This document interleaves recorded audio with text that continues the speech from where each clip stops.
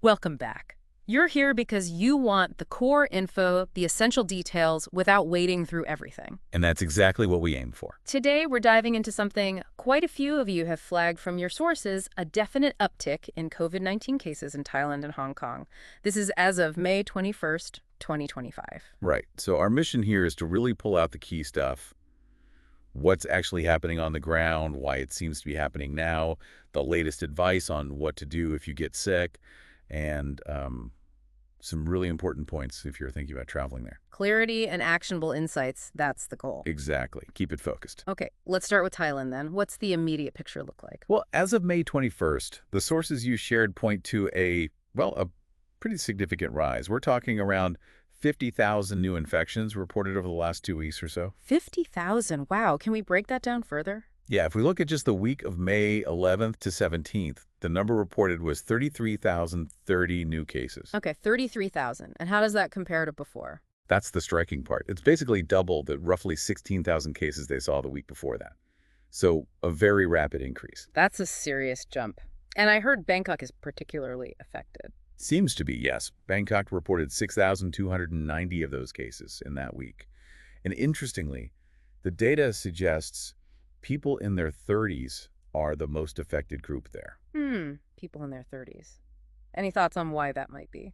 It could suggest, transmission among a more socially active or mobile part of the population, maybe through work or gatherings. Hard to say for sure, but it's a notable demographic point. Got it. And do we know which variant is causing this surge in Thailand? The main one identified is XEC. It's basically a spin-off from Omicron. Okay, XEC. And what's different about it? Well, like a lot of the newer Omicron subvariants, it seems to be highly contagious, but the symptoms are often quite mild. Ah, so the mild symptoms thing. That sounds good, but I suspect it has a downside. You guessed it. Because symptoms can be so mild, people might just brush it off as a cold or not even realize they're sick. And then they spread it without knowing. Precisely. That lack of awareness really fuels the rapid transmission we're seeing. It lets the virus spread sort of under the radar. Right. Okay. Let's turn to Hong Kong now. What's happening there? Hong Kong is also showing a worrying rise. The sources mentioned weekly new infections jumping dramatically. We're talking from maybe 33 cases back in early March 2025. Very low. Extremely low. To over 1,000 cases reported by May 10th. That's a huge leap in just a couple of months. Wow. And does the test positivity rate reflect that? It does, quite starkly. It's climbed from 0.31%, so very low again, up to 13.66%. 13%. That definitely indicates more widespread community transmission. Absolutely. And importantly, the sources also mentioned around 50 severe cases and deaths in the past couple of weeks there. Which is a sobering reminder, even with milder variants. It really is. It underscores that even if many cases are mild, severe outcomes are still possible, especially, for certain groups. And who are those groups most at risk in Hong Kong right now? It's consistent with what we've seen globally. Elderly people and individuals with pre-existing health conditions are definitely more vulnerable to developing severe symptoms. Okay, so we're seeing these spikes in both places. What are the main drivers behind this resurgence? It seems to be a mix of factors.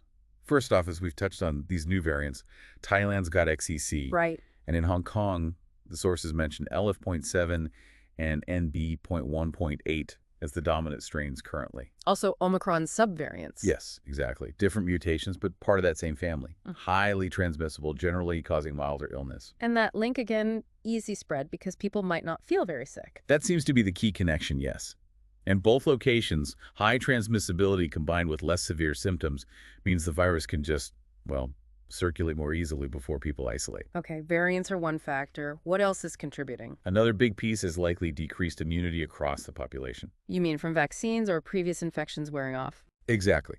Protection naturally fades over time. So as time passes since the last booster shot or infection, more people become susceptible again, especially when a new, highly evasive variant comes along. That makes sense. So what's the advice then, particularly for those more vulnerable people? The strong recommendation is for booster vaccinations, especially for the elderly and those with underlying conditions. It really helps top up that protection against getting seriously ill. Right. And what about social factors? I heard Songkran might have played a role in Thailand. Absolutely. The timing fits. Songkran, the Thai New Year festival in April, involves massive water fights, lots of travel, big gatherings. Perfect storm for transmission, unfortunately. Pretty much. It creates lots of opportunities for close contact and spread. The sources also mention the early start to the rainy season there. Meaning more time indoors? Potentially, yes. More indoor activities, and also the start of the new school term. Both could contribute to increased transmission. Okay. So if someone, whether they live there or are visiting, thinks they might have COVID, what's the current approach to managing it, the 2025 guidelines? The guidance seems to be shifting towards what's called symptom-based isolation. Basically, you start isolating as soon as you feel symptoms. Okay. And how long do you need to isolate? The criteria for ending isolation, based on these sources, are no fever for at least 24 hours without taking fever reducers, that is, and your other symptoms need to be improving. And once you meet those two conditions, you're good to go. Mostly. There's a recommendation to wear a high-quality mask for another 5 days after ending isolation, just as an extra precaution. Right. Okay. What about testing? Do you need a negative test to stop isolating? Generally, no. Retesting isn't typically required unless a doctor specifically tells you to. The focus is really on symptom resolution. But, and this seems important, this advice might be different for higher risk individuals. Definitely. The sources really stress caution for those over 65 or with underlying health issues. Their risk of severe illness is higher, so the advice is more conservative. What kind of extra precautions should they be taking? Things like making sure they're up to date on vaccines, wearing good masks in public indoor places, diligent hand washing, ensuring good ventilation, the basics, but really sticking to them. And if they do get sick? They should seek medical advice promptly. Don't wait it out if you're in a high-risk group and suspect infection. Okay, that's clear. Now, for our listeners who might be planning travel, what are the crucial things to know? Let's start with Thailand. Okay, big one for Thailand. There's a new mandatory requirement called the Thailand Digital Arrival Card, or TDAC. This started May 1st, 2025 for all foreign travelers. TDAC, okay, what does that involve? You have to pre-register online before you go. You can do it up to 3 days before you arrive. Important point. Yeah. It's free to register. Good to know it's free, so just an extra online step before flying. Exactly. And another strong recommendation for Thailand. Get overseas travel insurance. Make sure it has good coverage for medical expenses. Because treatment could be costly if you get sick. It can be, yes. Having solid insurance is really crucial for peace of mind and financial protection. Right.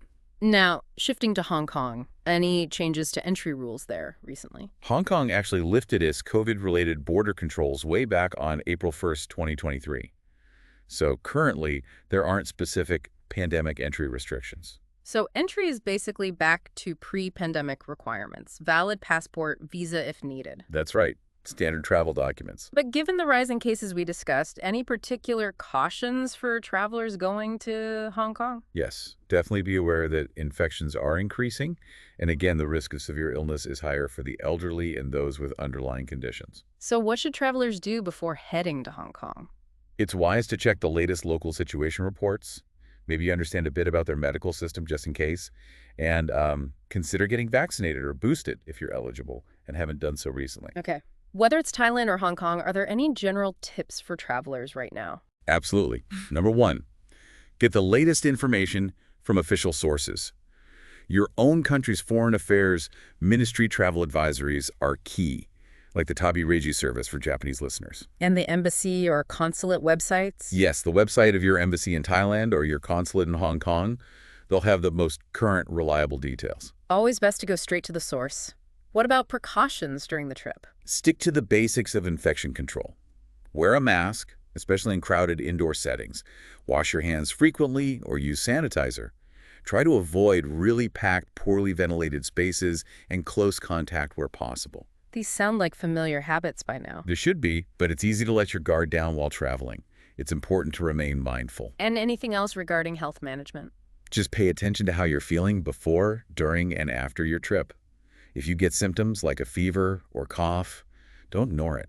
Get medical advice and, try not to run yourself ragged. Pace yourself. Good advice.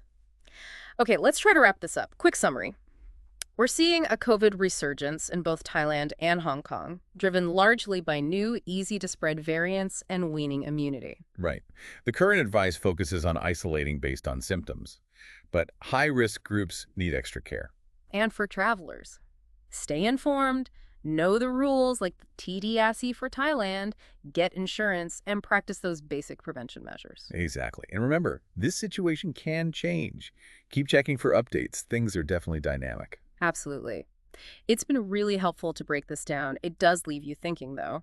With global travel being so connected and viruses constantly changing, Hmm. how can we as individuals best prepare for these kinds of health uncertainties when we plan international trips in the future? What are the sustainable strategies? That's a really important question to ponder. Definitely food for thought. Indeed.